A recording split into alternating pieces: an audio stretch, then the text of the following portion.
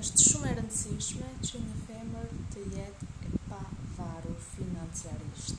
Shumë e rëndësishme që një grua, një nën, një vajzë, një motër të jetë e pavarur financiarisht.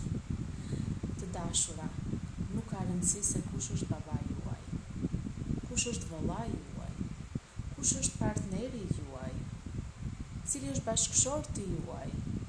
Nuk ka rëndësi të gjitha këto. Nuk ka rëndësi se sa të pasur ata janë. Rëndësi ka se kush jeni ju. A jeni ju të pavarura financiarisht? A jeni ju të edukuara financiarisht? A jeni ju të zonjat e vetes tuaj? A jeni ju dikushi?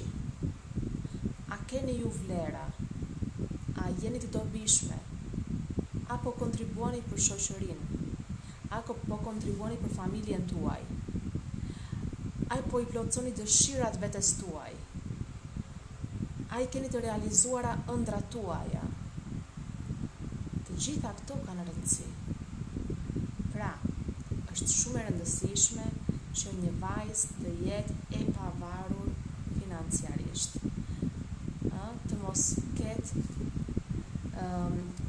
një problem të madh brenda vetes së saj që vazhdimisht jetë në merak se çfarë do ndodhi në rast se burri i saj do e ndajë një ditë, partneri i saj do largohet një ditë, në rast se prindrit e saj nuk do jenë më, pra të tilla gjëra që ndoshta ju shqetësojnë, nuk duhet ju shqetësojnë më, në rast se ju i dilni për Zot vetes tuaj dhe bëheni dikushi dhe nuk varreni nga të tjerët dhe krijoni jetën tuaj duke u bazuar në forcën tuaj, në të ardhurat tuaja, në edukimin tuaj, në vlerat tuaja, në punësimin tuaj, pra në veten tuaj, në gjithçka tuajën.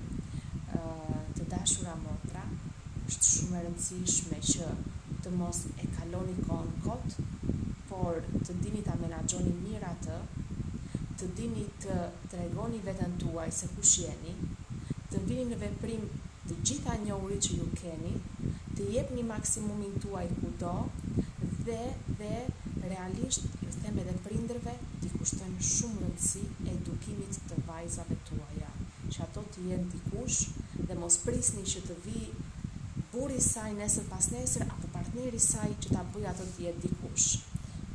Vajzat janë një forcë e madhe, një fuqi e madhe, ato duhet të jenë të pavarura dhe ta jetojnë jetën siç duan.